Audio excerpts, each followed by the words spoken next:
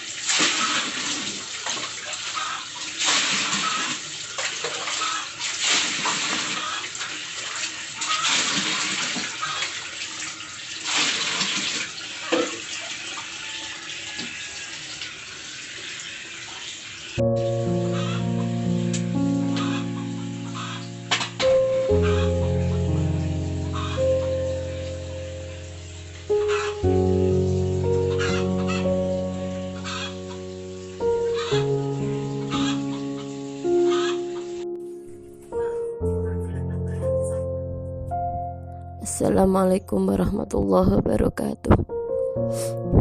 Pada kesempatan kali ini saya ingin mencurahkan isi hati saya yang selama ini saya pendam dalam hati saya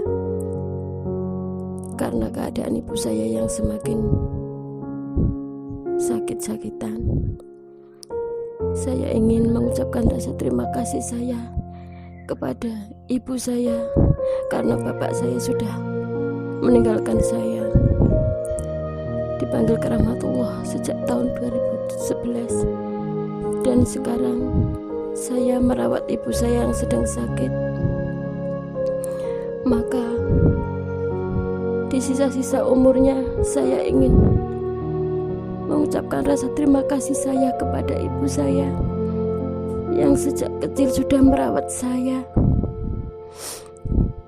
tidak lelah-lelah, tidak henti-hentinya mencarikan nafkah untuk saya dan anak-anak yang lainnya. Karena ibu saya adalah seorang wanita yang tangguh, yang berani berjuang demi membahagiakan anak-anaknya. Dan saya berterima kasih sekali kepada ibu saya karena jasa-jasa beliau, anak-anaknya sudah bisa jadi orang-orang yang mandiri, yang sudah berumah tangga semua. Walaupun domisili mereka berjauh-jauhan karena di lain kota, lain daerah. Dan karena jasa orang tua saya yang sudah mendidik dan mempelajari saya dan anak-anak yang lainnya tentang ilmu agama dan pengetahuan-pengetahuan yang lainnya. Di sini saya mengingatkan masa lalu saya, dari masa kecil saya. Saya sudah diasuh oleh kedua orang tua saya sendiri. Oleh kedua orang tua saya di pedesaan yang jauh dari keramaian kota,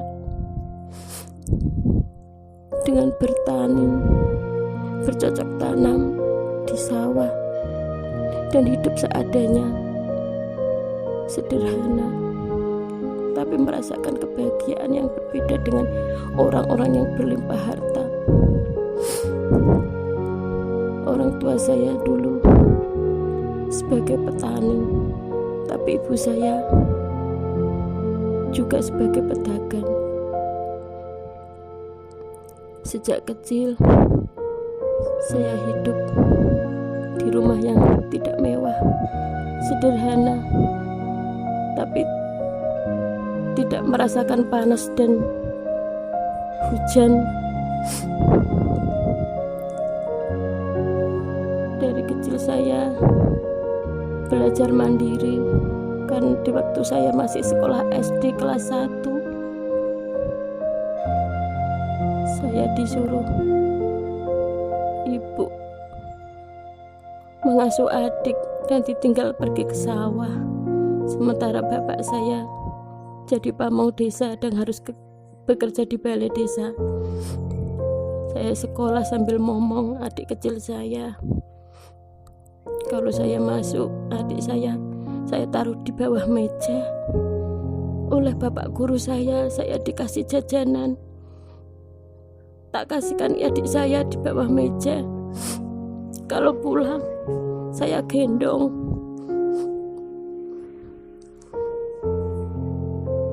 Harapan orang tua saya dengan mengumpulnya harta-harta yang dicita-citakannya, yaitu pergi haji. Tapi keluarga saya ada yang mencuranginya, membawa lari harta-harta orang tua saya yang dulu sudah didaftarkan naik haji, malah dibawa pergi, uangnya digelapkan, dan orang tua saya jadi gagal naik haji. Ibu saya seperti orang yang kehabisan harta, karena kalau dia datang selalu minta uang, punya motor, punya delman, punya padi, disuruh jual semua, katanya untuk ongkos naik haji. Tapi ternyata uang-uang itu tidak pernah disetorkan ke kantor urusan agama untuk daftar naik haji. Padahal persiapan orang tua saya sudah beli perlengkapan untuk pergi haji, dan anak-anaknya pun tidak pernah mengetahui hal itu karena masih kecil-kecil. Orang tua saya punya anak 5. Yang pertama kakak saya yang paling pertama jauh dari saya. Terus yang kedua perempuan, domisilinya juga di kota yang lain. Anak pertama lelaki, yang kedua perempuan, yang ketiga lelaki, keempat saya, kelima adik saya perempuan. Kelima-limanya domisili jauh-jauh semua. Makanya kami saling merindukan kalau tidak temu. Di waktu saya masih sekolah SD, karena keadaan orang tua saya yang sudah tidak berharta lagi, saya disuruh jual es, jual gulali, jual tebu. Itu pun untuk bayar SPP, untuk sanggup sekolah saya. Sementara kakak-kakak saya sudah sekolah jauh.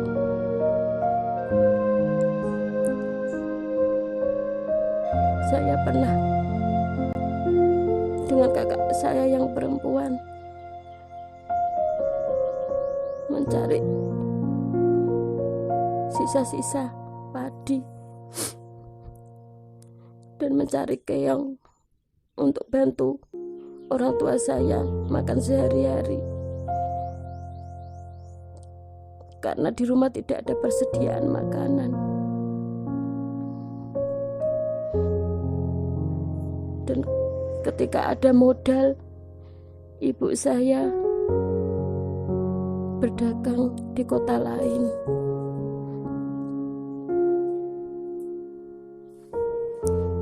Sementara itu saya pergi ngaji jauh dari rumah.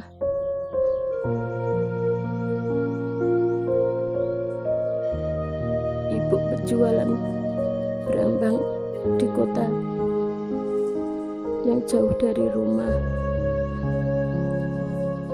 sampai beli kios di sana. Ternyata tidak ada generasi penerusnya yang bisa berjualan di sana. Akhirnya kiosnya dijual kembali.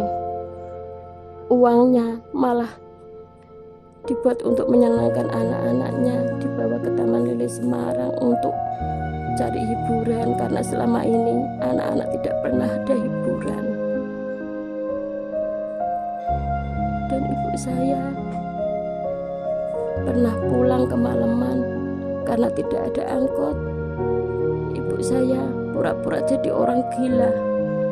Dari tempatnya berjualan ke rumah kira-kira 10 kilo. Ibu jalan kaki, tapi tubuhnya semua dilumuri tape yang baunya sangat menyengat. Karena dalam pikiran ibu saya, bau yang menyengat itu nanti kalau ada begal di jalan, ibu saya dikira orang gila. Sambil melambai-lambaikan tangan, nyanyi-nyanyi, bawa potongan bambu kecil, ibu sholawatan sambil jalan. Padahal dia yang menyangklong tas yang isinya uang semua dari hasil berjualan seharian. Karena takut dibegal di jalan, ibu memakai kostum dari bagor, atau istilahnya orang Jawa itu sak. Dibuat untuk baju, terus dilumuri tape. Sampai di rumah, ibu naruh tas dari berjualan tadi sambil menangis karena tidak ada yang nyusul, tidak ada yang nyamperin ibu dari tempat berjualan sampai ke rumah. Tidak ada kendaraan. Seumpama tadi dibegal di jalan, ibu sudah tidak ada lagi sampai sekarang. Tapi alhamdulillah, karena trik-trik dari ibu yang pura-pura jadi orang gila, akhirnya begal yang ada di jalan tidak jadi membegal ibu. Kemudian ibu setelah kiosnya dijual, ibu berjualan ke kota lain, jual sayur-sayuran, buah-buahan. Tapi tidak lama bapak saya sakit, ibu pulang lagi merawat bapak. Yang kala itu saya sudah ada di pondok. Saya dipanggil untuk pulang. Setelah bapak sehat, ibu berjualan lagi. Tapi ketika itu ibu memang banyak tanggungan hutang. Jadi mau gak mau ibu harus merantau. Dengan uang itu ibu bisa menutup-nutupi hutang-hutangnya satu persatu. Dan akhirnya bisa untuk menyekolahkan anak-anaknya yang lain.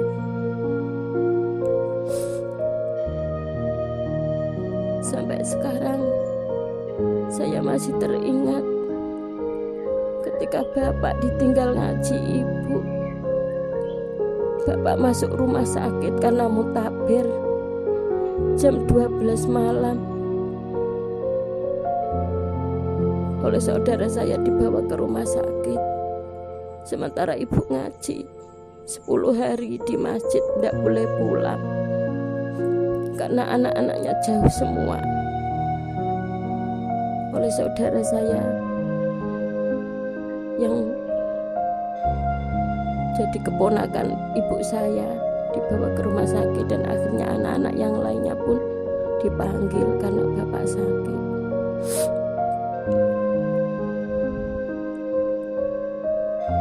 Kalau bapak di balai desa hampir 30 tahun jadi pamong desa,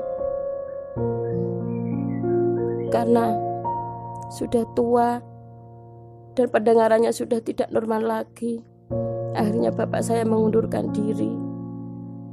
Semenjak itu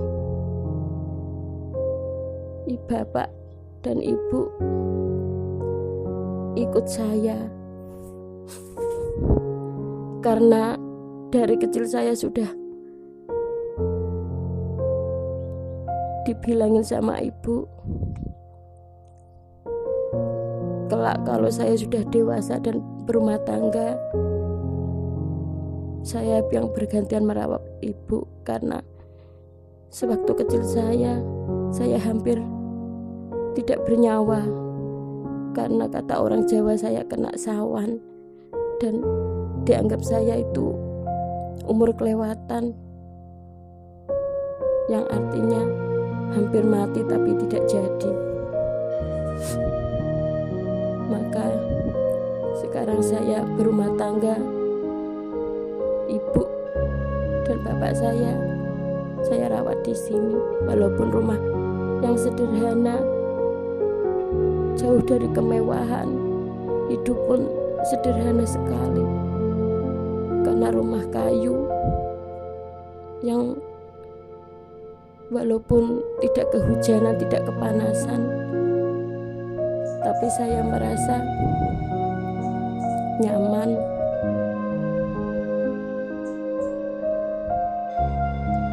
Sekarang saya merasa harus membalas semua jasa-jasa orang tua saya.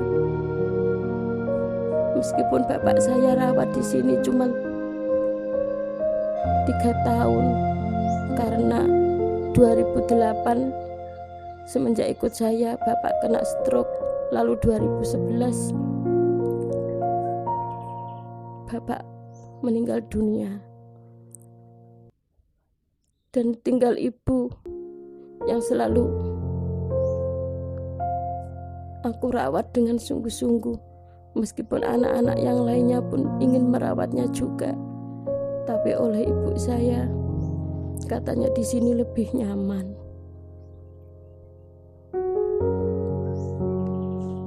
Kakak-kakak saya pun tidak tinggal diam.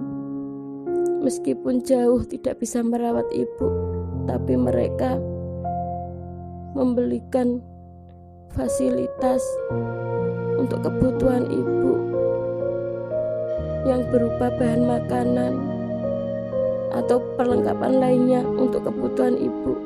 Saudara-saudara saya yang ngasih, dan saya berterima kasih sekali kepada keluarga saya, kakak-kakak saya, adik saya yang selalu memberikan kekuatan lahir batin kepada saya. Karena kalau ibu tidak di sini, aku pun merasa bersalah. Karena ibu sudah pernah janji, kalau ada umur saya panjang, sayalah yang berkewajiban merawat ibu. Sekarang keadaan ibu sudah jauh berbeda. Yang dulu ceria, yang dulu suka mengaji, yang dulu senang berziarah ke makam-makam, sekarang ibu sudah tidak bisa lagi. Dan hanya memohon kepada Allah, semoga dilampangkan semua urusan saya. Dan ibu selalu mendoakan anak-anak yang lain, semoga di kehidupan nanti anak-anaknya bisa bahagia, bisa mencapai semua yang dicita-citakan anak-anaknya. Karena ibu saya anggap seorang wanita yang tangguh, yang pandai mengambil hati anak-anak. Meskipun sesekali ibu marah karena anak-anak yang suka lena dengan sholat. Ibu paling benci kalau ada orang tidak sholat, yang gak mau ngaji. Karena ibu hanya berpesan, dunia ini hanya sementara. Kelak akhirnya kita akan diambil oleh Allah dan mempertanggungjawabkan semua perbuatan kita di dunia. Dan itulah kata-kata ibu yang selalu saya anggap wasiat. Sesibuk apapun, jangan lupakan Al-Quran, karena Al-Quran adalah pedoman umat Islam dan bisa memberi syafaat di hari kelak kemudian. Ibu dulu sering sekali menghatamkan Al-Quran karena beliau sesungguhnya pintar sekali ngaji. Dan saya ingin cita-cita ibu diteruskan anak-anaknya yang lain. Jangan sampai melupakan Al-Quran.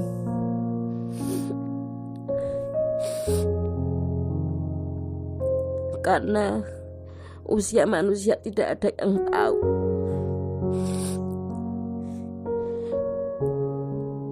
Besar, kecil, tua, muda, karena Allah sudah menghendaki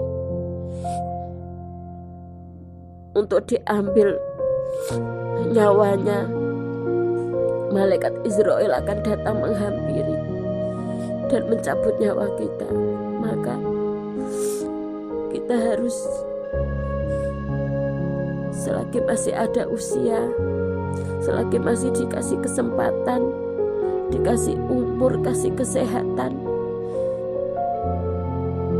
tidak boleh melupakan sholat dan mengaji Al-Quran, di samping berusaha. Karena usaha dan doa harus seimbang, karena kita tidak akan hidup di dunia selamanya. Istilah dunia ini cuma mampir ngombe dan tidak akan kekal abadi di dunia selamanya.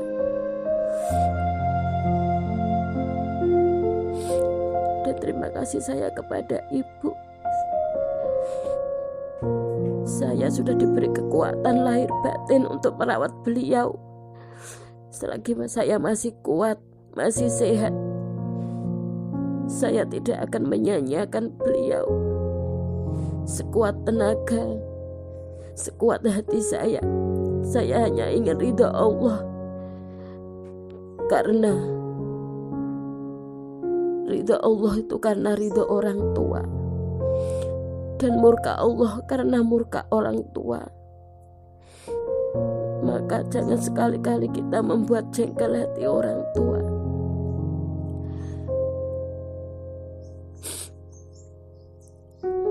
Meskipun saya tidak berharta, tapi saya ingin sekali membahagiakan orang tua.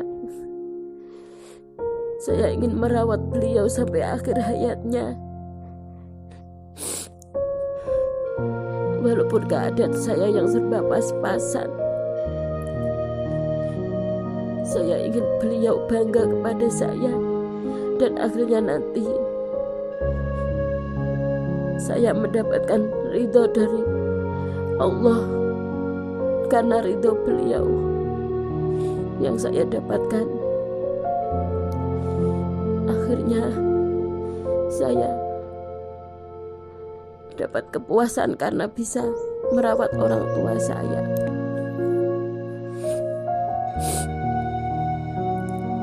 Oleh anak-anak saya, beliau pernah berpesan, jangan lupa ngaji, jangan abaikan sholat, karena beliau tidak suka orang yang meremehkan agama.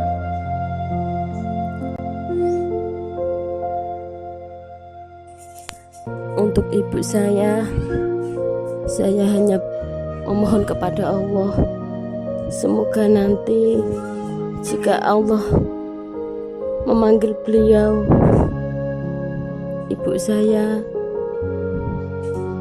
meninggal dengan husnul khotimah dan dosa-dosanya diampuni oleh Allah Subhanahu wa taala, dilapangkan kuburnya, dan anak-anaknya ikhlas dengan kepergiannya. Amin. Dan dari saya, semua curahan hati saya, bila ada yang menyinggung perasaan, dan apabila ada kata-kata saya yang tidak enak didengar, saya mohon semua kekhilafan saya, semua saudara-saudara saya bisa memaafkan saya. Akhirul kalam. Assalamualaikum warahmatullahi wabarakatuh.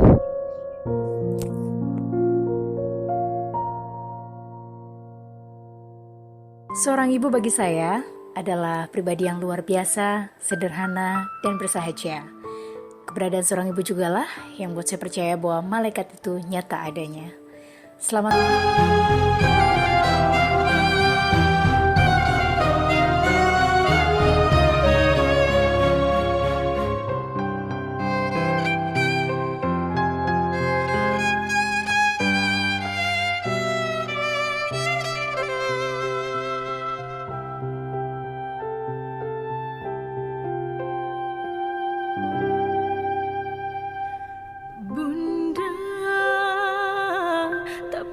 kau berharap budi balasan atas apa yang kau lakukan untuk diriku.